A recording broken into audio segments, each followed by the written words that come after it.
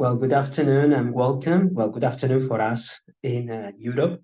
Welcome to our latest webinar on how child and family services can best respond to the multiple needs of families in situations of vulnerability. I'm Alfonso Montero, I'm the Chief Executive Officer of the European Social Network. And indeed, we are very pleased to partner with Deloitte to organize this webinar, which is truly international, with examples of programs from across the whole of the world, really. Examples in Europe, Canada, and New Zealand, across 3 time zones, something which is probably the most complicated thing that we've achieved in today's seminar, to be able to gather everybody. Now, I would like to also remind you that you have the possibility also to have captions that you can follow, and the captions are on the right-hand side corner. So if you would like to use the caption, please be aware that you can do so. Let me start. Well, more and more colleagues are joining. We are already more than 80. We have more than 200 registrations for this webinar, so we can see that more and more colleagues are joining. As they join, let me start by giving you a short introduction to the European Social Network and to the work that we are doing on children and family services to start and to open up this webinar. And so if we can move on to the next slide, please.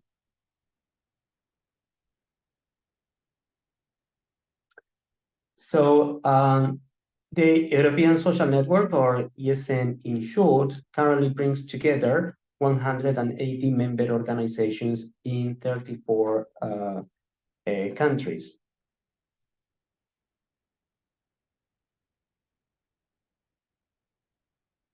Our members cover all aspects of social services, and within this, child protection is a key area of responsibility that is decentralized from the national to the local level.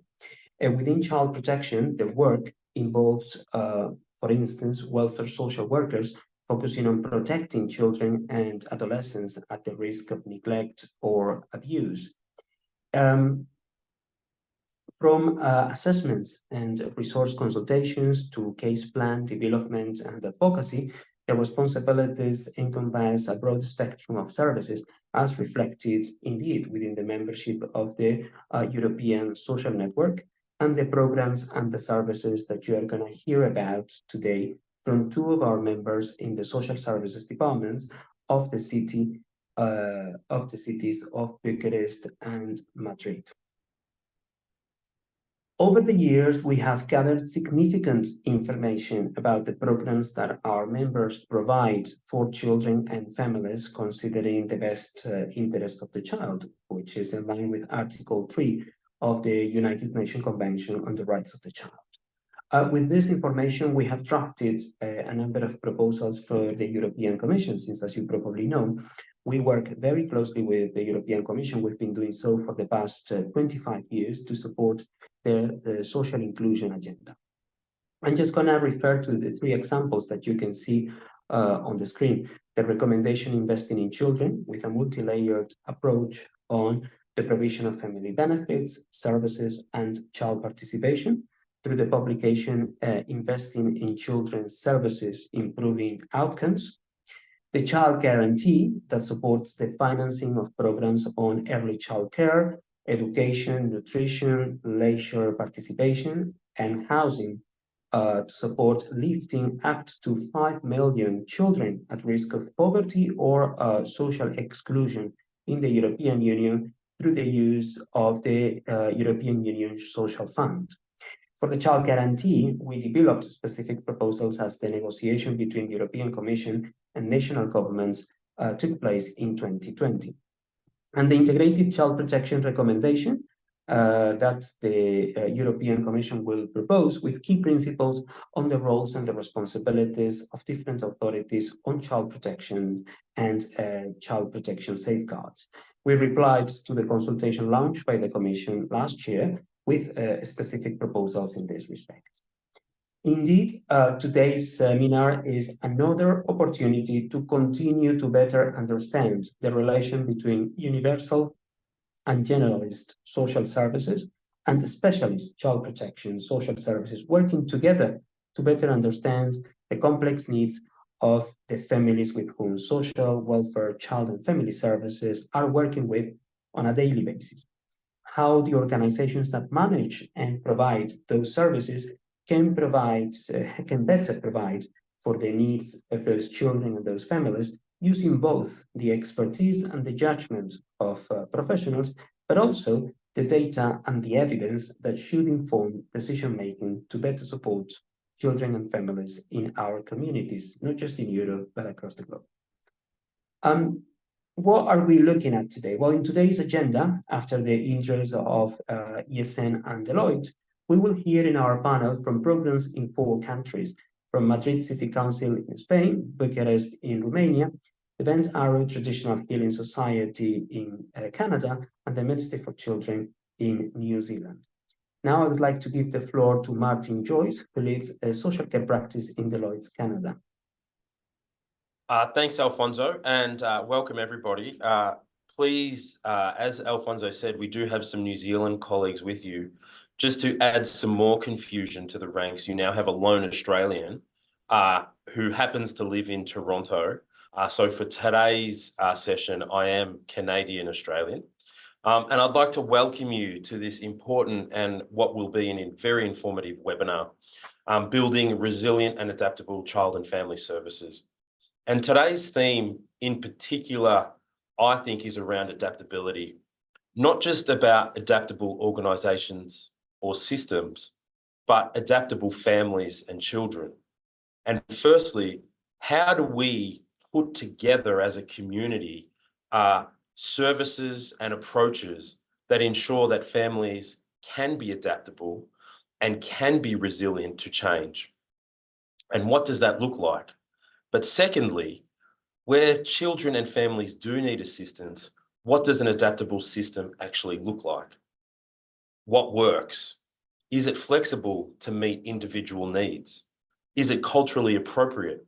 Does it maximize time in response to the issues, or is it bogged down in administration, reporting, and compliance? And so for the next hour or so, we'll hear from a diverse panel, as Alfonso said, not just from Europe, but from North America here in Canada, and also my colleagues and peers from New Zealand. They will spend a few minutes putting forward some of the interesting work and new initiatives they are working on, and we hope it generates discussion. We also hope it creates new and long-lasting connections across multiple time zones, multiple jurisdictions. Typically, when we look at jurisdictions for what is working, we tend to look at ones that are similar to our own. However, more and more, if we look outside of that, we actually find some really interesting programs, services, and systems being put together on philosophies that can be used across different jurisdictions. The contact details of the panelists will be provided to you, and they've all agreed that people can reach out to them post the event to ask more questions, ask for more details, hopefully make a connection that can assist throughout any organisations undertaking child and family services transformation or evolution. I'd also like to note before we get into this that Deloitte is working on a series of short publications about the future of child welfare.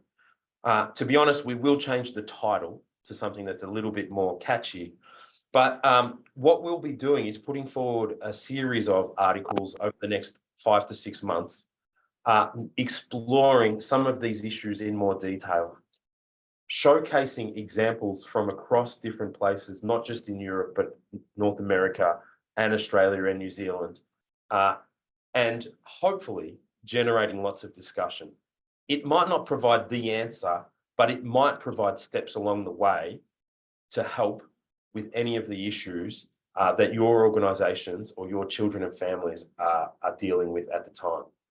The first one will come out in the next couple of weeks. I'm sure we'll be able to put it through Alfonso and the European Social Network to distribute to people that have turned up today. And so if you watch out for that, I think it'll be fantastic. And just to reiterate, they're going to be short, sharp, and to the point, no more than 5 to 6 pages each. So we're not talking about war and peace here. Finally, webinars like this don't get put together without assistance and help. So I'd like to thank ESN for their support and the opportunity to work with them to get this webinar off the ground. Also to our panelists for putting in the time and putting themselves out there on this topic, and to showcase the work and initiatives that they are putting together to respond to issues and new issues that emerge on a regular basis. Especially our New Zealand colleagues. I believe it's 3:11 a.m. on a Friday morning, so it is an ungodly hour, but they have kindly got online. I hope you had a great Thursday and get some sleep after this, but we do appreciate you coming on here and spending some time with us across multiple time zones and multiple continents. And finally, I'm going to hand it over now to my colleague, Alexis Martin, who is going to lead us through this panel discussion. Just remember, we're going to use the chat. So if you have questions or comments, please feel free to use the chat. Again, we'll try and answer them later on during the Q&A. For those that we can't answer, we will take them away and divide them amongst the panelists and see if they can provide a written response back that will come back through ESN.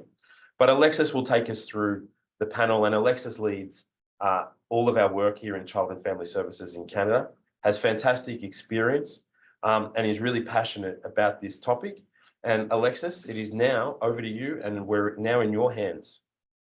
Thank you so much, Martin, and good morning, good afternoon, good evening, everyone. My name is Alexis Martin. I'm joining this conversation from the far west coast of Canada in Vancouver.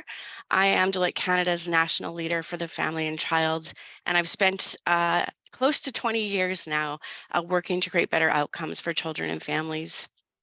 My passion and commitment for this work comes primarily from my own experience as a former youth in care.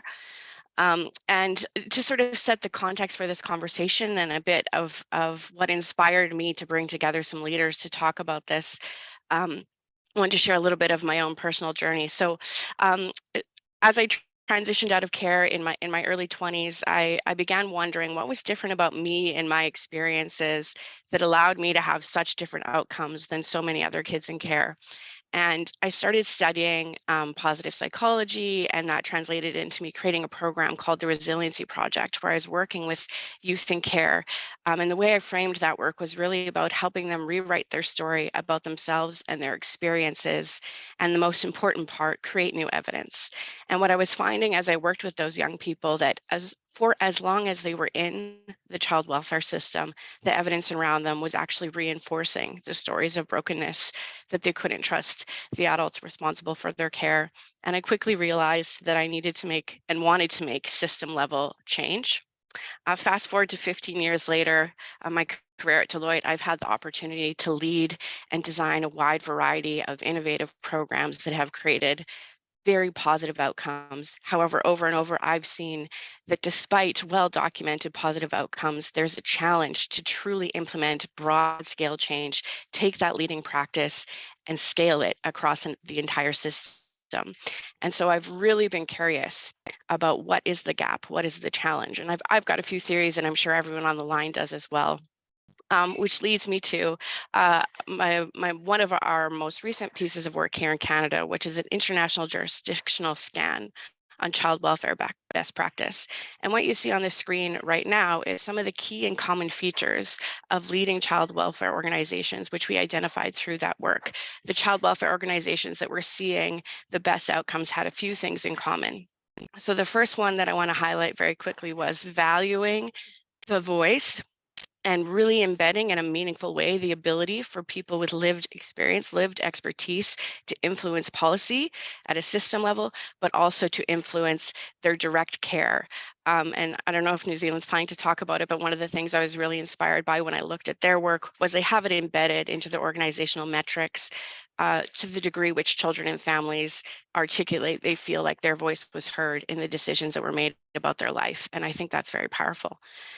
The other one is I really feel like we're on the cusp in the child welfare sector of absolute transformational change when technology is on the cusp of being able to really enable data-based decisions, evidence-based decisions, and help child welfare organizations think proactively about how to keep children safe and support families in different ways. However, the crux of all of that is really the ability for the organization to take that insight, take that understanding, and translate it into something meaningful, sustainable, and broad scale change across the system. I think we have a clear understanding of what's not working and a very strong understanding of what works. And to my mind, the gap is how do we support, enable all levels of the child welfare system to adapt to change and understand what's needed to consistently drive better outcomes for children and families. So that is what inspired me to have this conversation. I'm so excited they were able to bring together these wise leaders who are passionate and committed to creating better outcomes for families. And if I'm doing my job well, you will not hear much more from me. I really want to spend the rest of this conversation hearing from them and what they're up to. So very quickly, today we have with us Ana Bonell from Spain, Laura Tabasia from Romania, Cheryl Whiskey Jack from Canada, and Leland Rufio, Nikki Evans, and Kako Marau from Ashby from New Zealand. So I'm going to, as Martin alluded to, each one of them is going to present. So I'm just going to let them introduce themselves as they queue up their content. So I'll be quiet for the next while. Please, as they're presenting, feel free to put your questions in the chat. And after each region has presented, then we'll open up the forum for Q&A and deeper discussion against the topics that we're hearing in the chat people are most interested in. So with that, it's my pleasure to pass it over to Ana. Okay. Thank you. Thank you very much. Good afternoon and good early morning for New Zealand. Thank you very much for your invitation. I'm going to share my, so I have a presentation. A ver if it's going. Yes. Okay. So how we build resilient and adaptable child and family service in Madrid. As you may know, in a complex organization such as Madrid City Council, a city with more than 3 million inhabitants with a risk of poverty rate of 25%, almost 5 points above the average of Spain. Change are not easy and take time and resources. The case I bring here derives directly from the effects of the pandemic, with a 100-day lockdown we suffer in Madrid, which have been prolonged by the crisis caused by the war in Ukraine and the current inflation crisis. This crisis had a direct impact on basic needs of families, and according to a study we conducted in 2020 about the impact of lockdown on households in Madrid, 38 of the families saw their income reduced during confinement, and in 9% of the households, the reduction was more than 50%. So in that period, we received thousands of emergency calls requesting help for food and basic expense, and revealed a growing need for support from families and children. Those social services demonstrate their value as essential services and achieve great support and recognition from the municipal organization. So the situation constituted an opportunity for change that we were able to size and transform that first emergency response by an intervention program in which the basic benefit has been what we assign the Tarjeta Familias, the family card. These cards are... we cannot see the slides. So, no? No. So I just wanted to confirm this to you. Just because we cannot see the slides, so if you don't mind, just double checking this, or we can have someone from ESN to help. Oh, yeah. Can I try? Because they say I'm sharing the screen, but I'm not sharing anything. Okay. Now I'm sharing. Yes, no? We were briefly seeing them and then they went back down again. Oh, Christina, I don't know. Whatever you were just doing worked, if you could do that again. Okay. Because I say sharing screen. I share screen. There. Yeah. Now Yes. we can see it. It's not in presentation mode, but we could see it. Because I think when you go into presentation mode, it stops presenting, ironically. And now you can see. I don't know if you can. Yeah, we can see it right now. Yeah. Yes, right now. Okay. So sorry. This was when I was said this card arises in the framework of the Villa Agreement, a pact between all the municipal political forces for the recovery after the pandemic, and then in them it's agreed to update the model of social services to the circumstances that our city lives in the 21st century. The benefit is designed to especially favor families with children. Our intervention framework is since families are the main guarantors of children's rights. Therefore, our efforts are aimed at supporting and strengthening them. The family card is an economic benefit that takes the form of a card, similar of a bank card, which allows the purchase of basic food, hygiene, and cleaning products in any establishment of the region of Madrid. The application of the criteria established for its management, as well as the design of the social intervention agreed with the family, determine the amount of and period of the aid, which can fluctuate between 165 euros and 693 euros per month. Priority is given to families with children, so the higher number of children, the higher amount received, with a monthly ceiling of 1,588 euros. The defining element is that it's a part of a social intervention process and is compatible with other municipal benefits, school meals, family education service, after school support activities, etc. So the intervention is comprehensive, with the social worker designing the necessary resources together with the family. From the conclusion of the first report we did, we saw that it is effectively reaching new profiles of vulnerable people, families with children, young households, the average age of 42 years, with dependent minors, the 70% of the applications, mainly single parent families, 36%, and with a high level of residential vulnerability. Since its implementation at the end of 2020, more than 28,000 family cards have been processed, and almost 31 million euros has been invested in a territorially balanced response. What has been the key factors for, we think, for the success of this measure? Involving the entire municipal organizations with the leadership of the Lord Mayor himself, who has, and this leadership has driven everything necessary for the success. So the financial resources, the human resources, more than 100 social workers, administrative staff, technological resources, app, managed module, etc. Promotes a change in social approach with families, because address poverty from the protagonism of the person, the family, puts the person at the center, and ends the stigmatization of vulnerable people. They decide what they spend, in which stores. Also, it's achieving a change of mentality in social workers themselves, who are moving from a prescriptive or controlling action to a co-creative interventions with families, giving them the protagonism and support they need. And it has made also a change in the management model of economic aids in Madrid City Council, because it has helped to modernize our municipal organization modifying obsolete procedures and generation municipal regulations to make this benefit possible.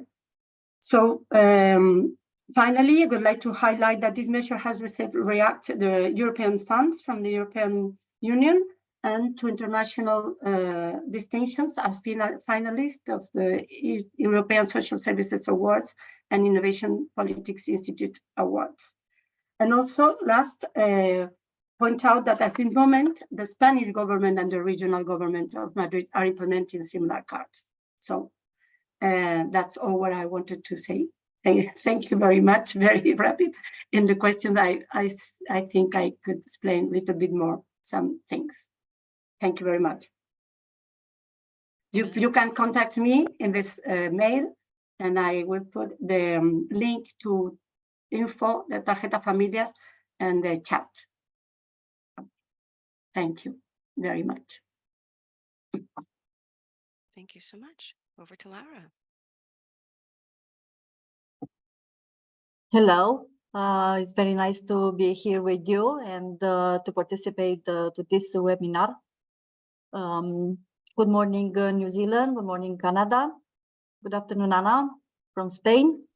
My name is Laura, and I coordinate an office who manage the cases of children separated from families. But now I'm talking about the children with their families. So I'll try to explain you more on my presentation. We try to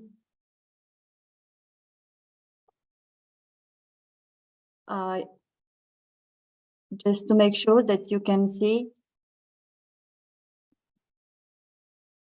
You can see it? Yes, we can see. Slides? Yes. Okay. Yes. So just an introduction of my institution. We are a local public institution that provides complex social services for benefits of disadvantaged groups residing within its jurisdiction. So we have vulnerable communities in Bucharest and try to enhance their potential here in Bucharest. So for that, we needed to have some data about these two vulnerable communities. This analysis period is continuous. It's provided by our institution and NGOs. And the methods we used was the questionnaire and the direct observation.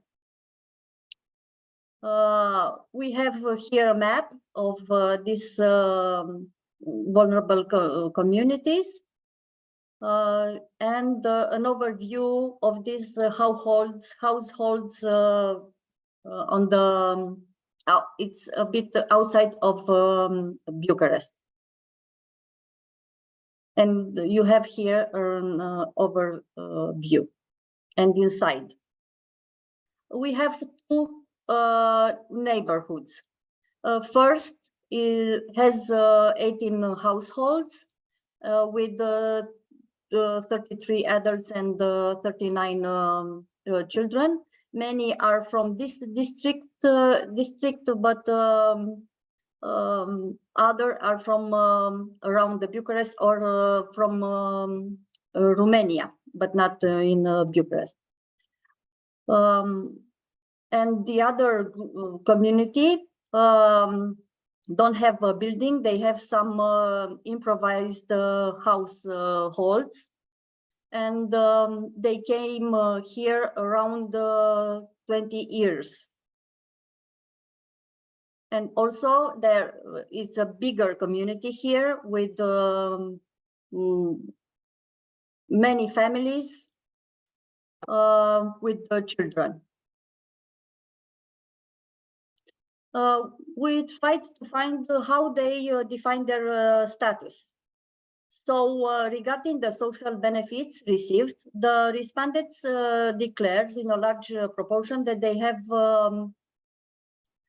receive a series of social benefits and services, financial from the owner of the building, an entrepreneur who offers them an installation premium of approximately €200 per household, and occasionally other amounts, but also individual material sponsors from different providers of social services.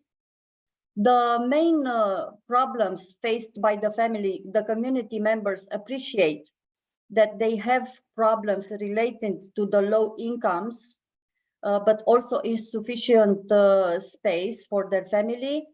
But in overall assessment, they all rate it as it's good.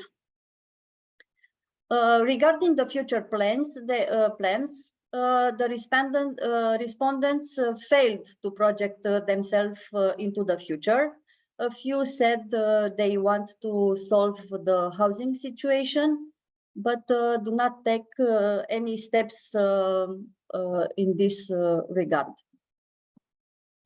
I presented you before the history of the group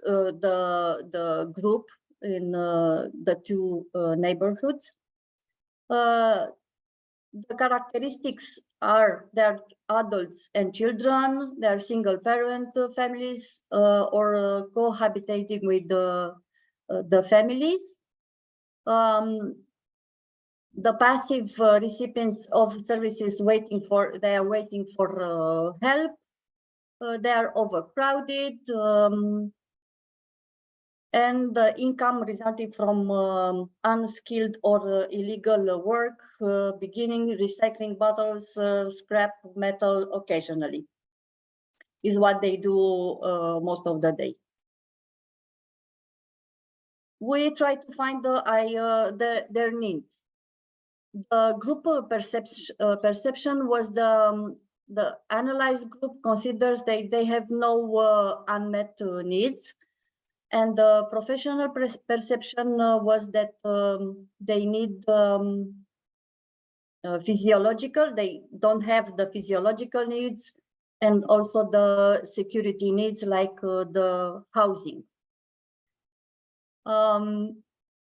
Their vulnerabilities are the poverty, the poor education, the marginal employment and low-paid jobs, and also group members with common problems related to the law compliance.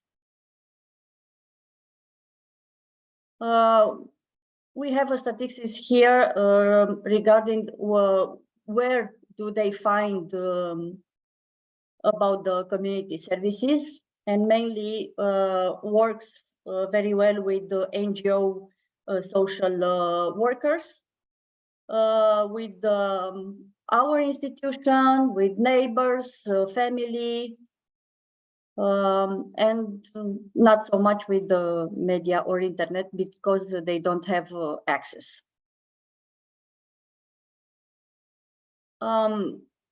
We have also the organization that provide the social services, like the owner of the buildings of one neighborhood, individual sponsors, and NGOs. Laura, just a quick time check. Okay, the conclusions is that the presenting conclusions are to all relevant institutions and actors to identify coherent solutions in reducing the number of duplicate or contradictory interventions, clarifications of the legal status of the building, and creating a working group at the community level from our district. We have all kinds of interventions like after schools in the community. We have instructive educational activities, vacations, activities carried by the educators from our institution, theater, and support group for vulnerable mothers. Thank you so much. for sharing. Well, we can unpack a bit more about the program and the benefits through the Q&A. Thank you. Yes, thank you. All right. We will pass it over to Cheryl Whiskey-Jack from Canada. Hi, good morning and good afternoon. My name is Cheryl Whiskey-Jack, and I'm coming to you from Turtle Island, Edmonton, Alberta in Canada. The work that the organization that I work at is called the Bentero Traditional Healing Society. And we're an Edmonton-based Indigenous-led organization committed to supporting Indigenous children and families to grow spiritually, emotionally, physically, and mentally. We offer diverse programs and services that help Indigenous clients connect to the city around them, build skills and resilience, proudly live in Indigenous and non-Indigenous worlds. Everything we do here is centered in culture and ceremony. The story about Bentero's name can help us understand how ceremony is incorporated into the work that we do. So our founders are a couple named Brad and Shauna Seneca, and Brad is Indigenous originally from Eastern Canada. And he shared a story with us about living on the land with his grandpa and spending time with his grandpa as a young boy, and the stories that came out of the teachings that came from his grandfather. And one of the teachings was about how everything we did way back in the day was a ceremony. And you know, if you look at ceremony as in everything that you do in all parts of your day, the way that you go through your day will be very different. So thinking about making a meal for your family as being a ceremony, and knowing that this meal that you're going to be preparing for your family is going to nourish your children, it's going to nourish your partner so that they can go out in the world and do what they need to do. You need to put good heart and good intention into that to support what they're going to be doing as they go out into the world. Building your home was a ceremony. Building your weapons for your hunt was a ceremony. And if you think about building your weapons, when we used arrows to hunt, if your arrow was bent, it wasn't going to meet its target. And that meant that someone didn't put good heart and good intention into the ceremony of making of that weapon for that ceremony of that hunt. And that meant that potentially your family or community could go without food. We compared the community that we were serving at the time, which was Indigenous youth, to bent arrows, that someone didn't put good heart and good energy into the development of these young people so that they weren't meeting their targets. And this became the mission of the work that we do at Bentero. That evolved years later into the articulation of our practice model, which is called Practice as Ceremony, which is what you're seeing on your screen. This is a mnemonic device that we use that was gifted to us by a woman named Tara Capo, who heard the teaching. We deliver our practice model as a teaching in story. And what you're seeing on your screen is a depiction of what it would look like on a Sundance grounds. It's on the back of a turtle, which we call North America, is commonly called by Indigenous people as Turtle Island.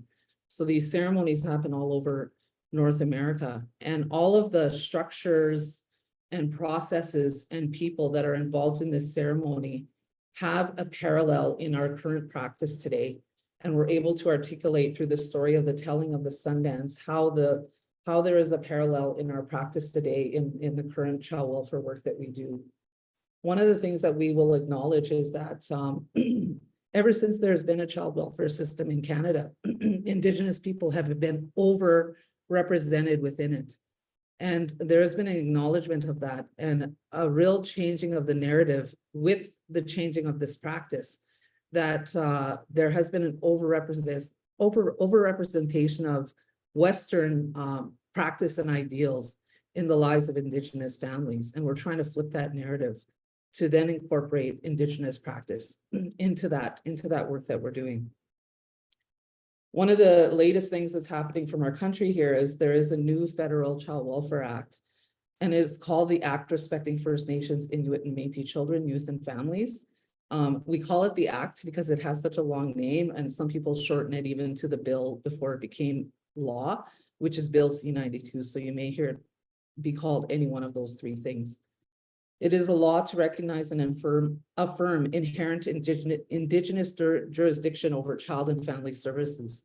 It was developed in response to the Truth and Reconciliation Commission's report on child welfare related calls to action. And so these would be calls 1 to 5 in the TRC report. It's also a commitment to the United Nations Declaration on the Rights of Indigenous People. It affirms the right of Indigenous nations or groups to develop and enact their own child and family laws and system, and base it on their unique circumstances, traditions, language, and histories. It establishes the principles of best interest of the child, cultural continuity, and substantive equality for service in the provision of all First Nations, non-status, Métis and Inuit children living on and off reserve. It is a real evolution, step in the evolution of the practice that's happening here in Edmonton, in the province of Alberta. We've been working very closely with an organization called Policy Wise here in Edmonton to really document the journey that's happening so that we can share it with people across the jurisdictions here in Canada, because Canada is a big country. I am out of time, so I will leave it at that. Thank you.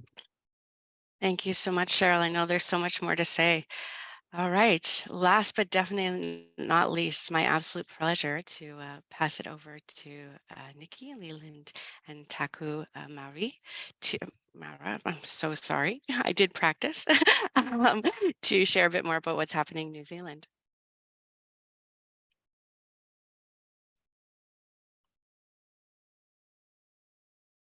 Nikki, you are muted if you're. Yeah. I think we were expecting ESN to be sharing some slides right now. How are you? I'm not sharing them. If you're ready, you're welcome to, Nikki. That's fine. Is that That's okay? great. Perfect. Yeah.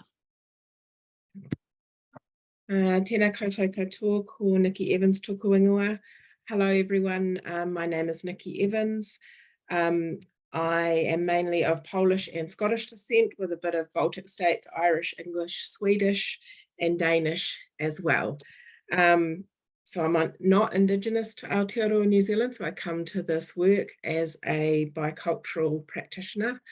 So it's really important to me that I acknowledge my positioning there. And I also want to say a quick bonjour, ciao ciao to those people in Europe. Having lived in Belgium for a couple of years quite recently, I can picture where some of you are sitting. Here koe, Leland. Ngā mihi atu kia koutou katoa. Can you hear me, Nikki? Aye. Okay, ngā mihi, greetings from New Zealand. I just wanted to say that I come from the Rūwhiu, Pere, whānau.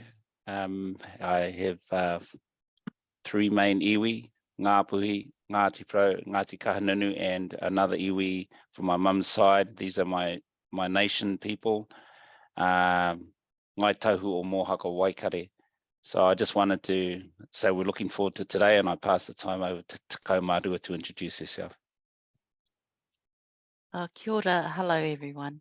Nice to be with you here from Aotearoa, New Zealand at 3-ish a.m. in the morning. My name is Te Kau Marua, which means number 12 in English. That might be a little bit easier to get your tongue around. It's great to be with you all, sharing the knowledge. My ancestral knowledge reminds me that oranga or well-being for children is the runga or healing. So nice to be with you all on this common purpose. I'll hand that over to you, Matua Leland. Look, I don't want to move from the slide first. You can see that there's a proverb that comes out of our cultural roots. Kaua e hoko hoko tō tuturutanga, mā te whakamiha nā rātou. Don't trade your authenticity for approval from others. And I'd like to move to the next slide because it's been a huge journey in Aotearoa New Zealand to change the narrative inside the child welfare environment. And I'm taking the first 3 key points here of the paradigm shift that we were seeking, just to bring you up to speed. We're giving this to you because we felt that it's important that you have a sense of what was laid down as a whāriki, a map for us to be able to work on. Love the kōrero from those that have presented before me. One of the key things though you'll see is that there's been a huge shift in being able to take into account our Indigenous people, and we also value uncropped, undripped, you know, those international conventions that reinforce the rights of Indigenous people to be part of the journey. And this has helped lead the shift inside the child welfare system inside New Zealand today. You'll see that in the past, it was an environment that was strongly built around privileging mainstream thinking.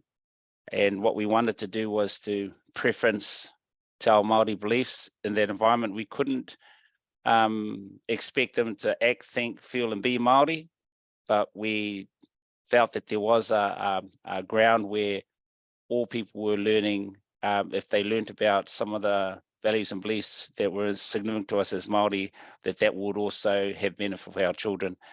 I can see that there has been a huge shift in the child-centric social work practice that doesn't lose sight of their voice though.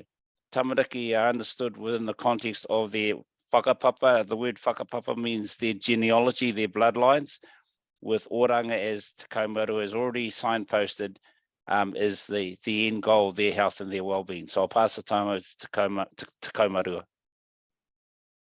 And just following up on from what we have experienced as practice being managerial led or hierarchical, which would go unchallenged, and the basis of decision making, and what we're trying to move to is what we want is to move towards rights and mana enhancing based approaches. So driving the practice and decision making.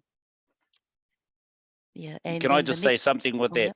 Mana enhancing, it's like our electricity volt that reinforces the shift that we're making. Mana is probably, if I could use English words, someone's power, honor, prestige, self-esteem, level of influence, voice, and level of humility. Those things are significant to us when we unravel the term mana, which is kupu Māori, which is comes out of the Māori language. Kia ora te kau. Thanks for that, Leland. And from muted social workers' voices to strong social work reasoning and advocacy, and from working largely in isolation from our Indigenous communities, Māori and partners, to working with iwi Māori communities in ways that promote relational, inclusive, and restorative outcomes for tamariki children, whānau, and families. So, kia ora tātou. I pass the time to you, Nikki. Kia ora te kaumarua. And so this paradigm shift is for the whole organisation, but what we wanted to do is just to talk about something specific in terms of one aspect of practice, and that aspect is supervision. And you all know how important supervision is to our practice.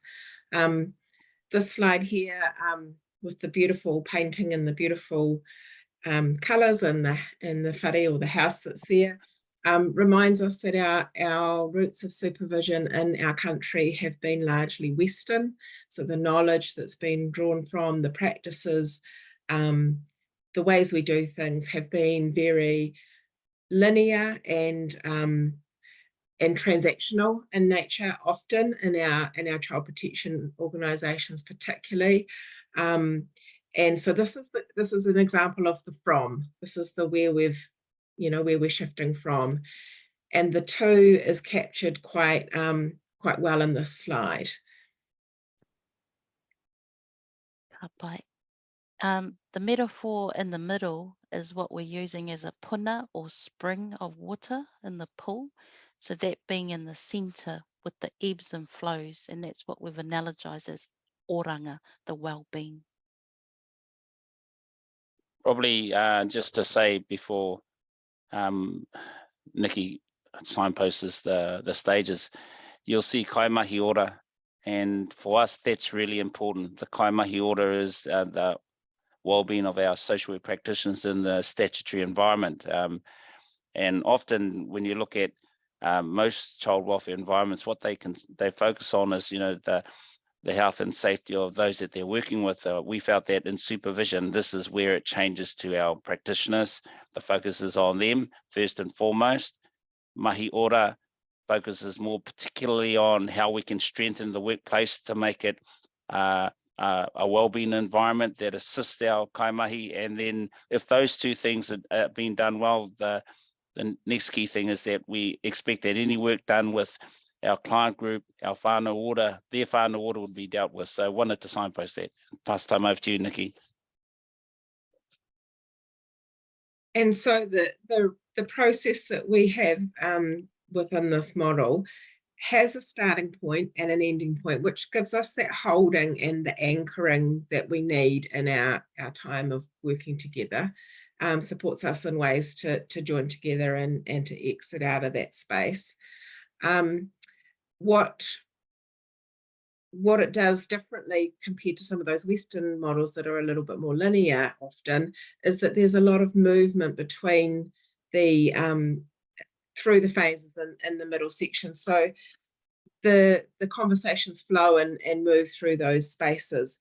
And you'll notice the Indigenous languaging in this model and in the phases of the process. And that's really intentional, part of our shift of where we're heading to.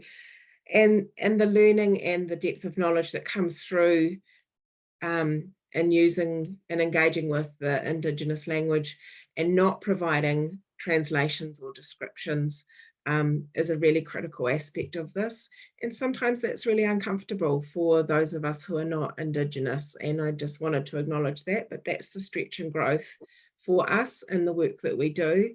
And you know, many of, as Cheryl said, many of the people we work with, the whānau we work with, are Indigenous people, Māori families, and many of our practitioners are Pākehā or non-Indigenous. And so that's a really critical part of this model, is disrupting that, that way of operating in the ways that we used to, and really drawing from natural environment, the knowledge and practices that inform us to work in different ways. Can I say that it's taken a lot of work to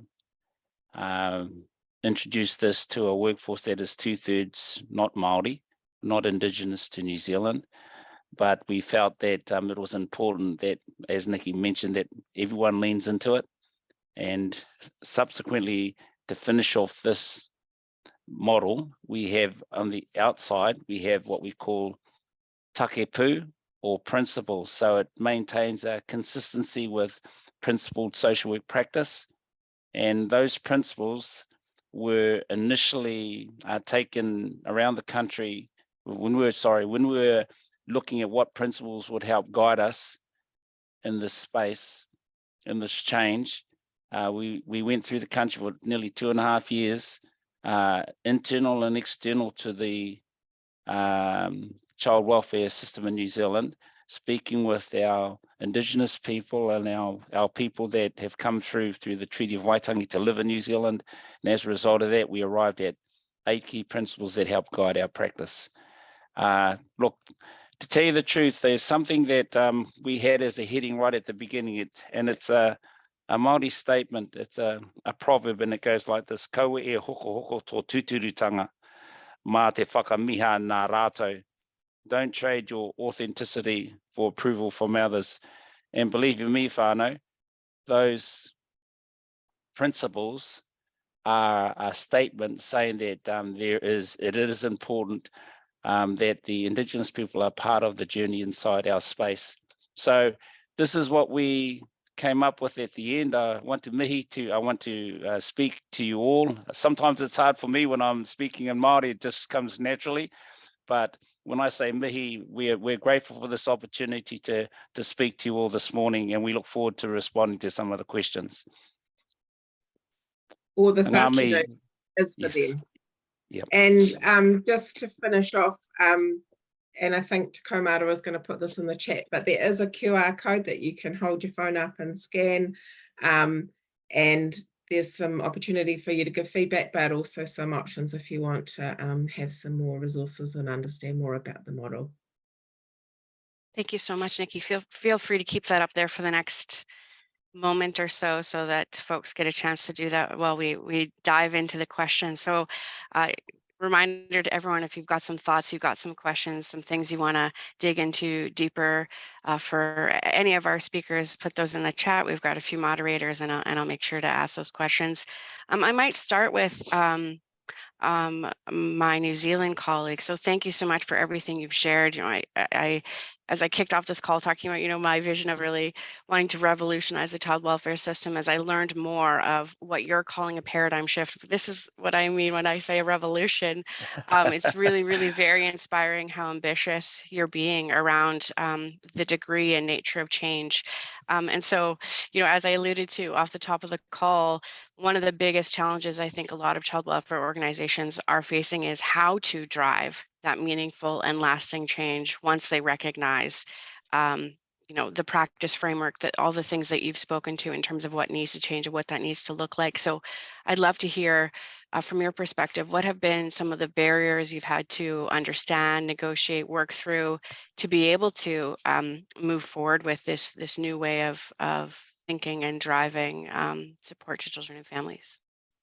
Look, Nikki can start and I'll follow up. Nikki and then Tacoma will probably have some thoughts as well on that. I think one of the things for me straight up is the thing that I spoke to already, Leland, you know, the barrier of our workforce and the resistance sometimes around that. My biggest one is, you know, changing a narrative. I love the kōrero that was laid down by you, Cyril. The changing narratives isn't an easy thing. And one of the key things in the paradigm, the mana enhancing paradigm for practice shift, was valuing our narratives. And I think that's a huge starting point, whānau. It's not been easy, because even our Māori that have been working, our Indigenous people that have been working in this organization for a very long time, have had to struggle with that because they're used to working in the system. And one of the key things is we're wanting to change that. And I think that what we landed on, which was a positive thing, was that we landed on knowing that if we caught the hearts and minds of our social workers, there could be huge change in the way that the statutory environment would work. And it's been happening. And look, even with change in governments, this is the other thing I've struggled with. Change in governments can change the direction or shift nearly immediately. But if you capture the hearts of your practitioners, that doesn't lose sight. So I'll leave that. And Te Kaumaru, hea tō whakaaro. What's your thoughts, Te Kaumaru? Oh, you guys said it all in regards to what those barriers were, but also perseverance, you know, above all the adversity and things that are going on is the courage and the strength to be bold and make those courageous decisions to step outside the norms. So kia ora tātou. Lexa, you know, one of the things with that though, just in finishing off, we said it in Te Kaumarua's presentation, being relational with people, being inclusive with people, then the healing can occur. And there's a formula to that. You can see you can't really get to healing, which often people try to be involved in the solutional aspect of it, unless there is some meaningful engagement that happens, and that can only come if we're working with people.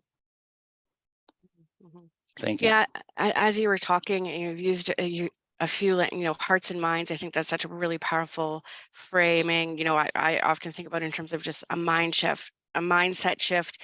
You know, it can also be talked about in terms of an organizational culture, in terms of, you know, a relational way of being and working within your organization and with families. I'll maybe cue you up, because I heard you talk a little bit about in your framework around mindset shifts, or I think you used the term, well, I'll leave that to you. But Cheryl, while you're thinking about that, Anna, when you're talking about your work, I think that very closely ties to what I'm hearing from New Zealand around ceremony, and what it made me think of was what often gets lost in this work is the sacredness of family, the sacredness of children. And what I see both of your organizations doing is really powerfully and meaningfully putting that aspect of it at the center of how decisions are being made. So maybe I'll pass that to you, Cheryl, to respond or share some of your thoughts. Oh, thank you so much. It was so challenging to pack it all into 5 minutes. And so I'm glad I get a chance to speak a bit more about it. And I agree with Leland. in talking about, getting the buy-in from your practitioners has been key for us as well.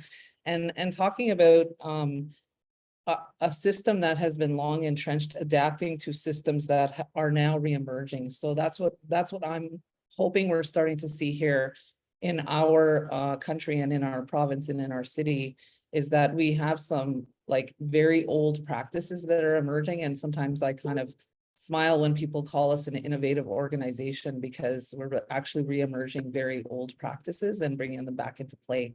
And the other thing I'll say about our practice is that it is transferable to everybody. It is not like specifically for Indigenous people. It is like a universal way, we believe, of practicing good child welfare practice. And so many of the practitioners we have on our site here are non-Indigenous as well. And using this story as a teaching mechanism for them to think about their work as a ceremony that they are in with the families that they're serving. And that they, in the story of the Sundance, our Sundancers in our communities, it's a very sacred ceremony across Turtle Island, and our Sundancers are highly regarded in community for the sacrifice that they make, because it's a ceremony of sacrifice, of sacrificing food, water, all comforts, shelter, everything for 4 days and 4 nights.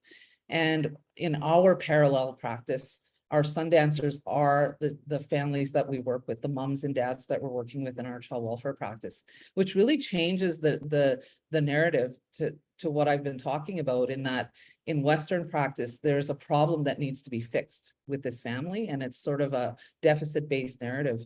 And in our story of practice as ceremony, the Sundancers are highly regarded. And so if the Sundancers are our parents, we regard them as someone who's willing to make a sacrifice for the betterment of others, because that's what Sundancers are doing. So it really changes the focus of the relationship, instead of looking at it as a deficit-based sort of relationship right from the get-go, that there's a problem we need to solve. It's like the prayer flags that you put on the pole at the center of the Sundance grounds represent your hopes and wishes, which would, in our parallel practice, be like our service plans, or whatever we would call them in the various kinds of districts that we work in, the service plans, which outline our goals, our hopes, our aspirations for our family.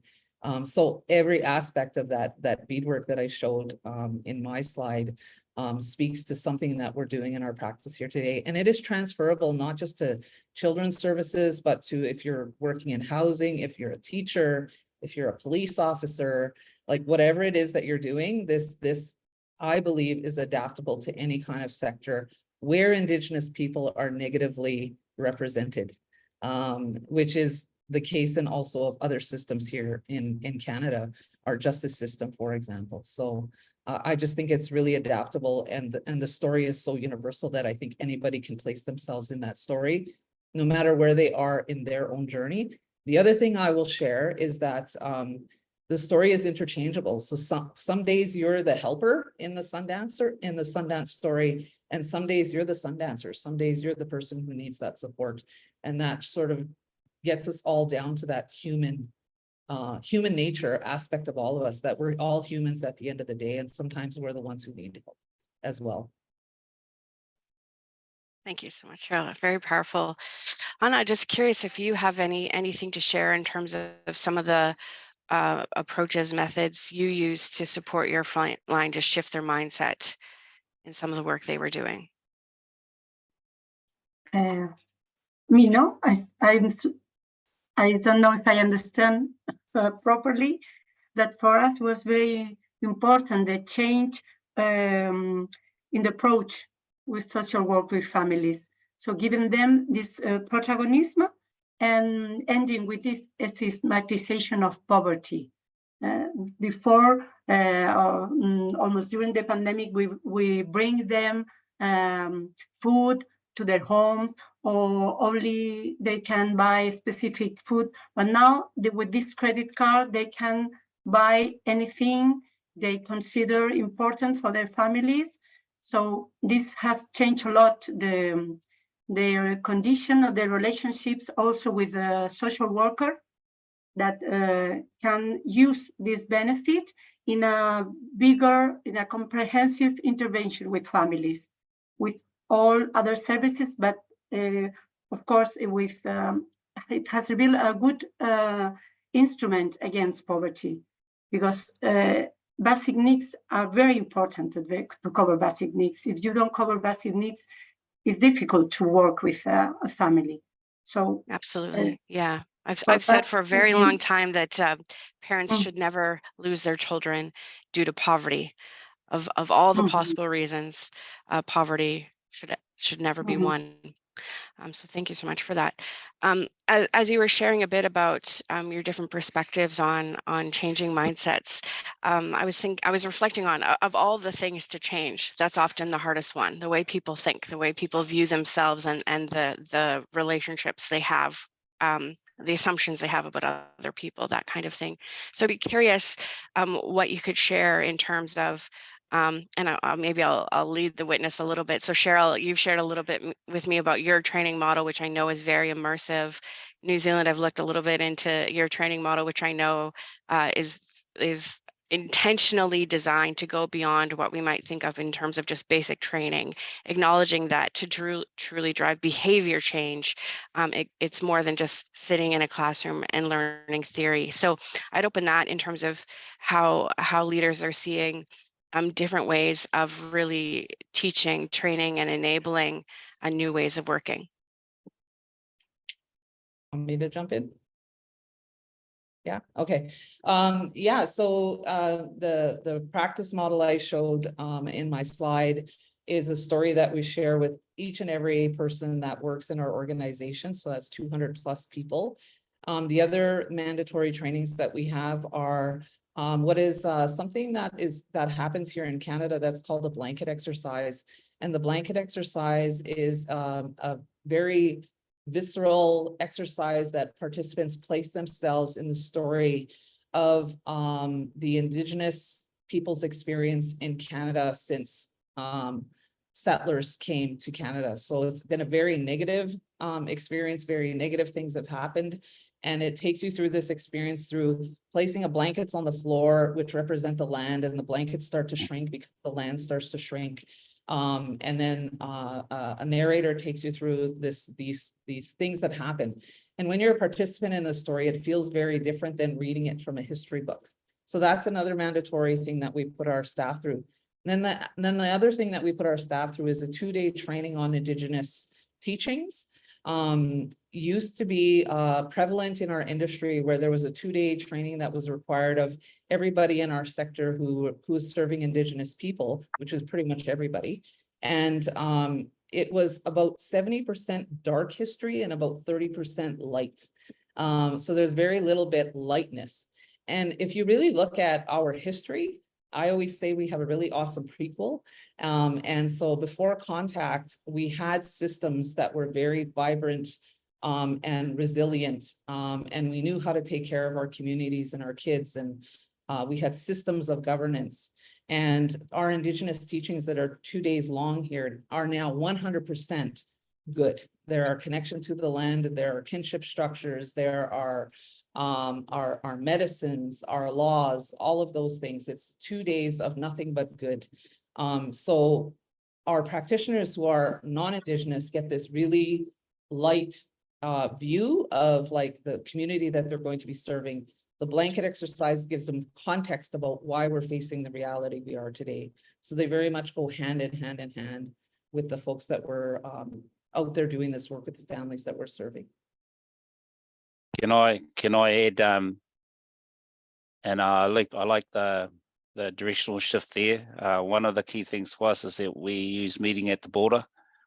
And whānau, when you think of the border, there's a very clear image of a line where people meet, but if you open up that line, put that under a microscope, it's a huge space. And that's where we begin by, talking about rules of engagement at the border.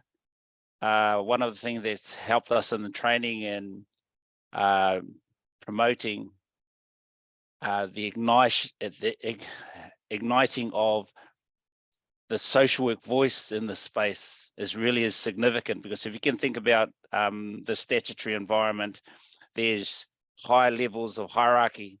And one of the things we've said to our practitioners is that your voice is significant.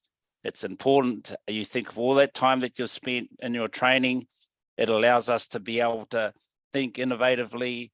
And what we were noticing was that voice was being crushed. And one of the things that we said was, well, let's look back to these basic things that should be guiding that. And at the border, one of the key things has always been principled practice. So, you know, that's been very helpful to be able to bring on board and strengthen the voice of those. Like in our organization, I said 2/3 are not Māori, not Indigenous to Aotearoa New Zealand, 1/3 are. And we need champions inside that space to voice, to reinforce the narrative that needs to change. And we need Indigenous people to understand that often it's their tupuna knowledge, their ancestral knowledge that has that place that needs to be opened up and exercised even in a statutory space that allows us to be able to process, you know, use the processes and the protocol and the ways of doing things that are significant to us as people. Now, a lot of people say, oh, you're Māori, you're all together, but we've got many iwi nations, tribal nations in New Zealand as well. And one of the key things is there's always unique parts and processes. I remember when I came to the Winnipeg conference in 2013, the international one, Cheryl, where we went into a sweat lodge. I learned so much just in that space, because in my mind, we also have similar things back home with the natural environment. So, you know, Alex, these are the things that assist us in doing that. When you have champions like Nikki, for example, here that's come on the session with us, some of the things that she's done has opened doorways that some of us who are Indigenous can't. But the igniting of putting alongside theories that inform our practice and saying our tupuna knowledge is that space has been hugely beneficial in assisting us in the shift. And look, it's not been easy, you know, because people like going back to business as usual when they try something. But if, like I said, if you capture the minds and the hearts of the practitioners, I'm not talking about the organizational leadership at the moment, I'm talking about the practitioners. So there's growth from the ground up, very much like our kohanga reo, our early childhood development and strengthening and saving the reo.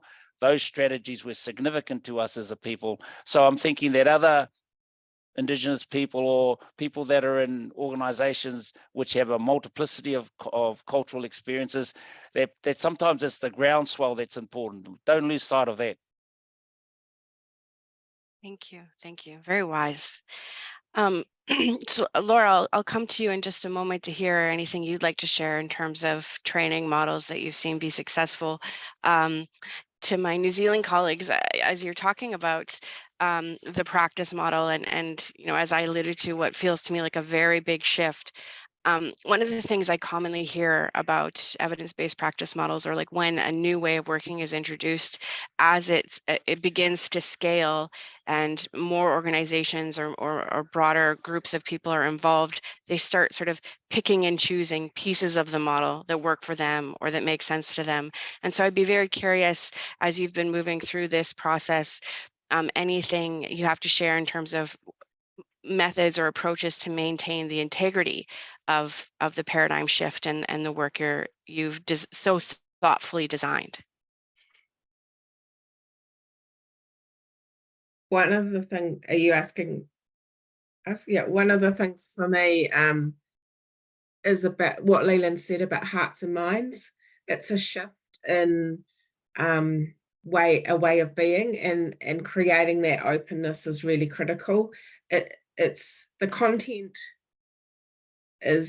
will follow, but it's the being open to experience and to learn in different ways and to value that. That's the critical shift, because once you make that shift, then you would feel uncomfortable not upholding the integrity and the history and the preciousness of the gifts that we're given. And I think that's the critical thing for me when people are strong bicultural practitioners because it's an obligation to meet their professional requirements, that seems like a really different, people act in different ways. Like, yes, that's one thing. It's an important thing. We have those requirements, but it's the heart and mind shift that Leland talked about. And I think one of the things that's been really curious about this shift, you know, we did a roadshow kind of idea around the whole country. We did hui with every single social worker in the country, and it's a big country when you map it around New Zealand, across Europe. And so thousands of people, and that was really critical to people getting on board and understanding the shift and opening their hearts. And it's a ripple effect, it takes people to be in that place to influence others in their space. But it really is that thing of, if you really understand the preciousness of the gifts or the taonga that we are given, then you can't just pick and choose. It's not an option. I like the idea of a mixed way of delivery in terms of arriving at things. We had trial sites, but you know, initially when Nikki said, just as a little formula, we had the big circuit visit. That was with our external people as well. That was with communities that they were situated in. So that's where it gave us that strength. And then we've used those external people right throughout this whole journey. So we began with a simple narrative that we needed to change. And we felt that, you know, tapping into our Indigenous knowledge and wisdom would be important in that. And then we went and we moved it into a trial environment where we couldn't take all of our sites at one go to have a go at this. Now, we've given you the supervision model only, but you know, there are practice models attached to this. There are resources, there are artifacts that have been constructed around that simple message that we gave right at the start. And what we are now moving to is opening it up to all sites now in our welfare, you know, authority space in Aotearoa, New Zealand. And what I love about it is that key message that we said before, being relational, is huge. You know, it doesn't mean to say that we have to be friends with people, but it does mean to say that we need to know what our role is and what our part in that journey is. And also those people that work with, we know that they have a voice that needs to be heard. That inclusivity means that there is a journey where we need to tie in with our communities as we do this work. And if we've got that right, like I said previously, the simple messaging of relational inclusive, then the restoration, the restorative aspects of it become, you know, more significant to us. And we are using our methods of learning too. You know, we have wānanga on marae, you know, our places where we gather, which we're utilizing those skill sets as well to be able to, you know, have that impact so that people have the experience. And it's not easy because, you know, a lot of our staff initially will say things like, oh, so why are we having to do this? But the tenor's changed now because social workers have already been prepped to do the yards, you know, and to be able to think a little bit wider than just their noses. And this is the point that I'm saying, we don't want them to follow the tune. We want them to be able to create their music inside that space. So beautiful as you talk about it. You referenced the relational aspect of it often, and I know that's so central to what you're doing. And I think almost everyone in child welfare would say and think that what they're doing, or acknowledges that relationship is important to what they're doing. But when I hear your teams talk about it, and one of the ways you often frame it that really resonates with me is in child welfare, so often everything that's happening is happening to the children, to the family, and you often talk about that your approach is really about things happening with. And I think that that's such a like that in itself is a paradigm shift. If we were truly committed to making sure that everything that happens with, a lot of decisions would be made in very different ways, I think. Laura, I'll pass it to you. Anything you'd like to share in terms of what you've seen working for training frontline staff to support new models of working? We believe that the change is vital, but the change comes through people who have the courage and the determination to constantly learn to achieve their personal or professional goal. So this is where of the concept of the learning organizations. I believe about ourselves that we are a learning organization, and that organization rely on their people, their skills and their ability to adapt to the company's mission and goals. The team is encouraged to their leader to grow while learning, testing, and pushing their own limits. For us, making mistakes is not an impediment in the development of the learning organizations. The goal for us is to have healthy, educated children who starts in life as equal opportunities.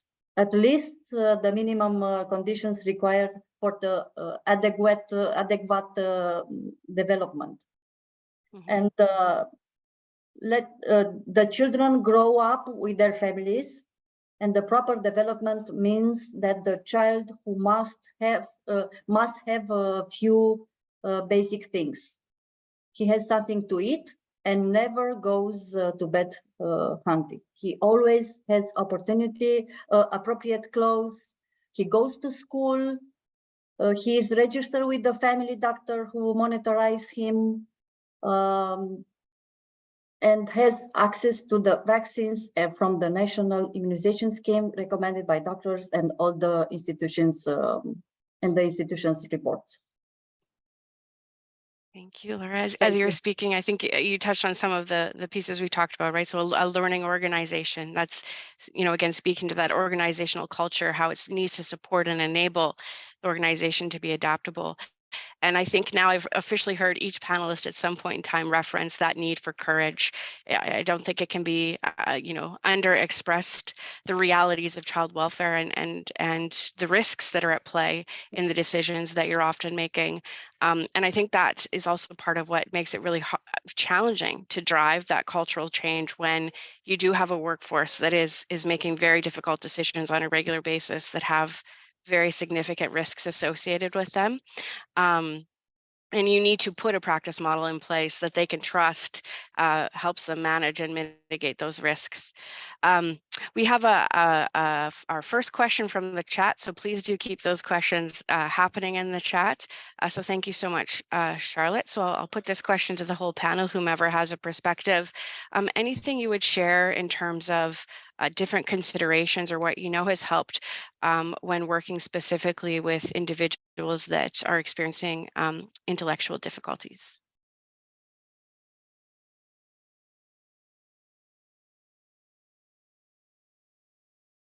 I'll chime in. I think one of the things that we are faced with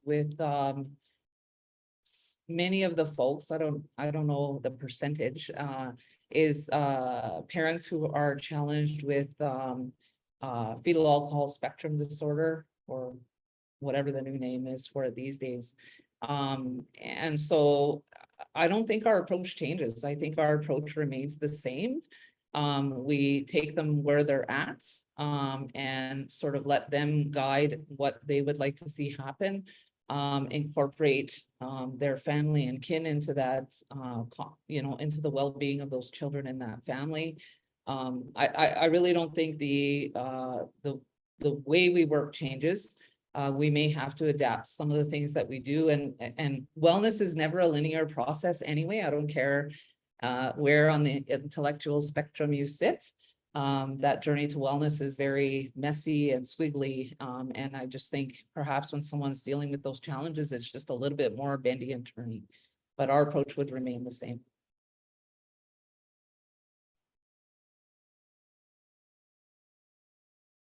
Thank you so much, Cheryl. Yes, I'd like to, can I add something? Yes.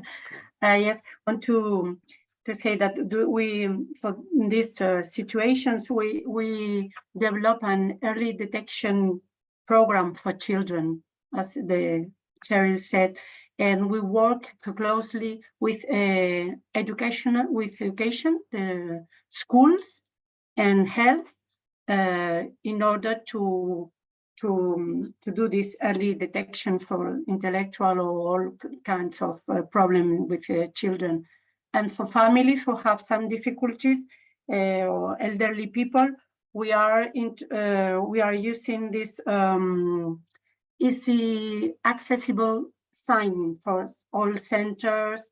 And well, if a social worker or a team needs special, we ask for reinforce or a special aid to manage these situations. We have a supervision coaching program for social work teams, and also a training program, continuous training program in the City Council for all social workers, and specifically specialized for social workers who work with families and children. They have like a training itinerary. So, and that give also points for the improvement of their career. So this is also nice for them. And well, we try that all teams can get this supervision program and training program, and also have an internal platform called Aire, where we can all put their question and answers, and we get instructions and everything. So I think all this help to better improve the quality of intervention with families and children. That's great. Yeah, so I think I heard you say, creating accommodations to meet people where they're at, and create accessible opportunities for folks that may have different needs, and also incentivizing your workforce to educate themselves to be able to meet those needs. That's great. Thank you. Look, do you mind if I add a thought? Please, Just a brief thought. Absolutely. Nikki and I and Te Kaumarua, when we talk about oranga, there's some artifacts we have attached to that. And one of the key things is that oranga can be, if you think of a pool and you drop a stone in it, there are vibrations that go out from that stone. And in this puna oranga are a range of dimensions that we have to take into account, physical health, mental health, emotional well-being, cultural well-being, environmental well-being. All of these things are significant. And so when you talk about the that people that have, they have to cope with disabilities of one form or fashion, we have a lot of alcohol syndrome orientated children that come through the care system here as well, Cheryl. And one of the things is that in our breakdown, there are 5 key aspects of well-being, and Nikki will touch base with those. But the point for me is that it's different even inside families for different people. Sometimes we think we just blanket mark a family, and we don't take into account the fact that there are different needs. There's generational needs as well, with the elderly and the young. And so it allows us to be able to be innovative, to not do it alone, not to work in isolation, to draw from the strengths of our communities that have expertise in different parts that assist in that journey. And I think that's the point I'm wanting to get across. So Nikki, what about your thoughts, Nikki? I think we're quite close to the end of time, are we? So I was also wanting to not say much more as other people did want to, but absolutely agree, Leland. And I did think that the other thing for me around that is oranga is not something in isolation. Well-being is not in isolation. And I think Cheryl spoke to that too about young people in the context of their whakapapa, of their ancestry, their family, and the places they live and are connected to, and so it's less about seeing them in that separate individual way. That's it. Tiko, you got any you. thoughts? Okay. Thank you so much. You are right, Nikki. We are at time. I know that there's so much more that could be said. I do want to just take a moment to thank each one of our panelists for joining the conversation. Of course, all the participants for listening in as well.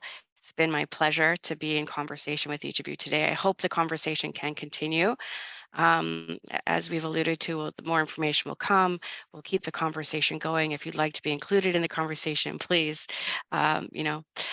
reach out. Everyone's going to share their contact information, and we'll make sure that we can continue to have these conversations and learn more from each other. So with that, I will pass it over to Alfonso to close out the conversation. Thank you, everyone. Thank you very much. Well, I'd like to thank our Deloitte colleagues, Alexis in particular, for moderating the panel so brilliantly. And I'd like to thank also Martin for being with us this afternoon. And of course, I'd like to thank also ESN colleagues, Francesco and Christina, for putting together the webinar. And our speakers, Anna, Laura, Cheryl, Leland, Tikau, and Nikki. For our New Zealand colleagues, it's such an early start, 3 to 4 in the morning. And for our Canadian colleagues joining us mid-morning. Thanks to all of you. And indeed, I wouldn't be able to do justice to everything that has been said this afternoon. But if I have to highlight, I'd like to refer at least to 3 key things.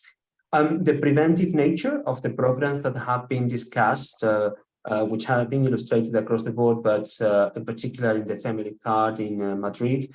The cooperation across all sectors, illustrated, for instance, in Bucharest, in cooperation between the local authority and NGOs, putting in place a range of preventive programs in housing, schools, parenting, and child protection, digitalization. And of course, the mind shift which is needed across the staff, across leadership to shift the focus to children and families themselves that our colleagues referred to when working with Indigenous families in New Zealand and Canada, particularly this focus that has been made around learning and training for leaders and staff. We'll ensure that presentations are available, and we'll follow up with Deloitte and speakers on the many things touched upon today. And I'd also would like to remind everyone that these concepts which have come up around co-production, co-creation are this year's focus as well of the 32nd edition of the European Social Services Conference, which we are organizing on the 26th, 28th of June in Antwerp. So we encourage you to visit the websites and register. I'd also would like to inform you that our annual seminar this year will take place in Bucharest at the end of September, and we'll have a focus on how social services are working with the specialist child protection services in light of current work at a European level on this matter. So we hope to see you at the conference and at our seminar. We want you to visit our website and get in touch to find out more. Once again, thank you very much for being with us. We had almost 120 participants today. So thank you to all the participants for being active and send us your thoughts on the chat and questions. And of course, I wish you the very best for the rest of the day and look forward to seeing you in the next webinar of ESN with our partners. Take care. Bye. Have a nice day.